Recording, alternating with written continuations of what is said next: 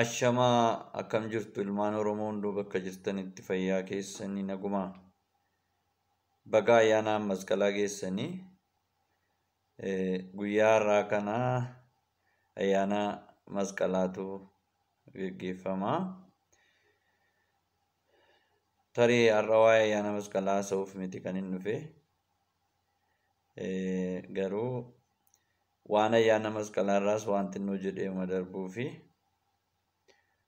ayyaanni masqalaa kun ayyaana Oromoon ayyaaneffatudha moo akkuma jedhamee kan amantaa kiristaanaa wajjin yookaan kan warra kaabaatii kan inni wal qabatu jennee ilaaluun qorannoo fi akkasumallee yaada bal'aa fudhatanii dhiyaachuu barbaada. Haa ta'u malee jechi masqala jedhu kun ammasqalaa kan jedhurraa akka dhufe obbo Dirribiin kitaaba isaanii ilaalcha Oromoo jedhamu keessatti barreessaniiru. Ammasqalaa jechuun maal jechuudha? Namni keenya yookaan Oromoon baqaqii gannaa keessa darbee yeroo rakkisaa keessa darbee yeroo birraa kana qaqqabee lagni guutee ture gadi hir'atee akkasumas asheenni bakkeedhaa ga'ee namni beela'ee ture nyaatee haalli hunduu yeroo mijatu uummanni walitti yaa'eetu gammachuu birraa booqa birraa argate kana ayyaana masqalaa ayyaaneffachuudhaan nyaatee dhugee gammada jechuudha. Kunis jecha ammas qaluu kan jedhu sanaan wal qabatee akka dhufee fi Oromoon durumaa kaaseellee ayyaana kana ayyaaneffataa akka ture dhaamsuma gabaabaa isiniif kaa'uu fi malee masqaliisa jedhu yookaan masqala kan jedhanii kan isaan ka'an sun kan Oromoon ittiin durumaa kaasee ayyaaneffachaa waliin jiraachaa walitti gammadaas ga'e ta'uusaa garuu yoom jalqabee maaliif jalqabee falaasama akkamiitu duuba isaa jira kan jedhu qorannoodhaan kan itti deebinu ta'a. Har'a falaasama yayyaba shananii yookaan yayyaba shanan Oromoo irratti waa'uma xiqqoo dubbachuuf dhufe irra caalaa jechuudha. Qabiyyeen viidiyoo kootii har'aa kana yayyaba shanan jechuun maal jechuudha? Jalqaba irratti jechi yayyaba jedhu maali? Inni biraan shanan kan jedhu kun maali? Kanarratti waa xiqqoo jedheen yayyaboota tarreesseedhuma keessaa ba'a. Yayyaba jechuun hundee jechuudha. Ka'umsa waan guddaa tokko jechuudha. Hundeen irratti yayyabamee, irratti moggaafamee, irratti ijaaramee maal akka ta'e kan agarsiisu yommuu ta'u, shanan kan jedhu immoo waan shan qoqqooddii Oromoon ittiin uumamaa keessu akka inni ta'e keessumatti uumamni yookaan uumaan waan shan wal biratti akka uume. Fakkeenyaaf qaamni namaa kun uraa shan akka inni qabu, kutaa shan akka inni qabu, lakkoofnee kanallee hunda bira ga'uu akka dandeenyu shan kan jedhu kun yayyaba uumaa akka inni ta'e waan uumaan ittiin waan addunyaa kanaa uume yookaan yayyabe akka inni ta'e Dr. Gammachuu Magarsaa yeroo baay'ee deddeebi'anii barsiisaa turanii kitaaba isaanii keessattis dhimmuma kanatu calaqqisee jira. Egaa yayyaba shanan Oromoon ittiin of waamu irratti waama xiqqoo jedha. Hubannaa argachaa deemuu qabna yaaduma jedhuu fi Oromoon durumaa kaasee dubbii lagaanii wal waamuu lagaan dubbachuu hin qabu. Yookaan Wallaggaa, Shawaa, Arsii, Baalee, Harargee, Booranaa akkas jennee kan nu dubbannu kuni kan yeroo dhiyooti malee duraan Oromoon yayyaba shaniin beekamaa jechuudha. Yayyaba shanan Oromoon ittiin beekamu ittiin wal waamu sabboo goonaadha. Jalqabarra jiru lammaffaan Maccaaftuu Lamaa, sadaffaa Siikoo Mandoo, arfaffaa Ituu Humbaannaa, shanaffaan Raayyaa Asaboodha. Egaa sabboo goonaa kan jennu warra Booranaa, Boroo Aanaa fi Baarentuu kan jedhu waan akka gosa Oromoo ta'etti wanti fudhatamu sunillee yaada waldha akka inni qabu Dr. Gammachuun qorannoo isaanii keessatti agarsiisaniiru. Dhimmichi dhimma ji'oogiraafiitii, dhimmichi dhimma teessuma lafaati immoo dhimma gosa Oromooti kan jedhu suni. Oromoon nama lama godhate Booranaa Baarentuu kan jedhu sanallee falmiin akka jiru.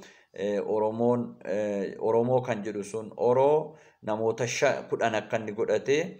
Kanneen sun immoo gara yayyaba shanan kanaatti akka dhufan kitaabonni adda addaan dubbatu. Egaa sabboo goonaa kan jennu kun Oromoo naannoo Booranaaf Gujii keessa jiraatan yookaan kibba Oromiyaa keessa warra jiraatanidha. Isaan kun sabboo goonaa jedhamu. Maccaaf Tuulama kan jennu walakkaa Oromiyaa fi yookaan giddugaleessa Oromiyaa fi gara lixaa warra jiraatanii. Kana jechuun Shawaa guutummaa fi Wallaggaa, Iluu Abbaaboor akkasuma Jimmaa dabalatee jechuudha. Walisoo maal kana dabalatee. Egaa walisoon asuma Amboo jalatti waan argamuuf achumaan Shawaa keessatti ilaalla.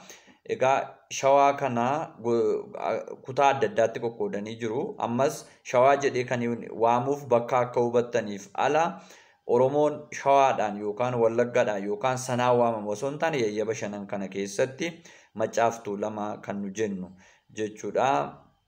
Inni sadaffaan Siikoo Mandoodha. Siikoo Mandoo kan jedhaman ilmaan Oromoo naannoo Arsii fi Baalee keessa buufatanii jiranidha. Isaan kun ilmaan Siikoo Mandoodha jechuudha. Yayyabni arfaffaan Ituu Humbaannaadha. Ituu Humbaannaan Oromoo baha Oromiyaa keessa jiraatan ijoollee arfan qalloo dabalatee jechuudha. Harargee keessa akkasuma Hararii ishee jedhamtu biyya of dandeesse jedhan sana keessa warra jiraatanii ilmaan Ituu Humbaannaati. Inni shanaffaan Raayyaa Asaboodha. Raayyaa Asaboo warri jedhaman kun gara Oromiyaa ala ba'anii Oromiyaa amma daangeffamtee jirtu kana ala ba'anii naannoo Tigraay fi naannoo Amaaraa keessatti warra argamanidha. Naannoo Oromoo naannoo Amaaraa keessatti argaman warra Wallooti. Oromoo Walloo kun Asaboo Raayyaa warra kana. Raayyaan warra gara Tigraay keessatti argamanii. Egaa asitti yaadni wal dha'u jira. Jecha Asaboo jedhu kun waan Oromoon ittiin waamudha moo miti kan jedhu ammas qorannoo kan barbaadu. Garuu Raayyaa Raayituu warra kun tarii Asaboo jechuu dhiifne Raayituu jennaa sana ammallee qorannoodhaan kan ilaallu ta'a. Dhimma kanarratti yaada mormii kan dhiyeessanii obbo Alamaayyoo Haayilee dhimma Raayyaa Raayituu jennaa Raayyaa Asaboo kana yaada falmii akka isaan dhiyeessan kitaaba isaanii keessaa dubbiseen jira. Egaa Oromoon yayyaboota shanan kanaan akka of waamu isaanis Sabboo Goonaa, Maccaaf Tuulama, Siikoo Mandoo, Ituu Humbaannaa, Raayyaa Asabooti. Sabboo Goonaa kan jennu Maccaaf Tuulamaa akkasumas Siikoo Mandoo, Ituu Humbaannaa fi Raayyaa Asaboon Oromiyaa guutuu Ituu Humbaannaatti Oromiyaa guutuu keessa warra jira yommuu ta'u, Raayyaa Asaboo warri jedhaman kun Oromiyaa ala ba'anillee tarii akka daangaa yeroo ammaa daangeffame kanatti Tigraay fi Amaara keessatti akka argaman isiniif kaa'uu fi hundumaafuu yeroo yerootti yaada barsiisa jedhu isiniif dhiyeessuu fi qophiirra jira, irratti hojjechaa jira. Akkasumas miidiyaa Caayaa Oromummaa jedhu asuma yookaan sooshaal miidiyaa kanarratti miidiyaa hawaasaa irratti yookaan immoo saatalaayitiidhaan deemsisuu dandeenya. Sanarratti tumsi keessan baay'ee barbaachisaadha. Miidiyaan kun dhimma aadaa fi afaan Oromoo qofa irratti kan xiyyeeffatu yommuu ta'u, dhimmoota barbaachisoodha jedhu haala yeroo irratti hundaa'uudhaan odeeffannoo kan kennu ta'a. Miidiyaa kana hundeessuun kan barbaachiseef keessumatti waa'ee afaaniif aadaa Oromoo, falaasama Oromoo irratti miidiyaan gadi fageenyaan hojjetu dhibuu isaati. Kanaaf gara fuulduraatti yuutuubiidhaan akkasumas fuula feesbuukiitiin ibsaa adda addaa kan isiniif kennu ta'a. Fuula feesbuukii irratti Fedhasaa Taaddasaa jettanii na hordofuu dandeessu. YouTube irratti Akaadaamii Afaan Oromooti. Achuma chaanelii Telegiraamiidhaanis Akaadaamii Afaan Oromoo jettanii yoo galtan na argattu. Ana qofa miti, ilmaan Oromoo beektota dhimma aadaa fi afaan Oromoo irratti jiran isaan waliin taanee dhimma Oromoo fi Oromummaa irratti nu hojjenna. Kana qopheessee kan isiniif dhiyeesse ani Fedhasaa Taaddasaati.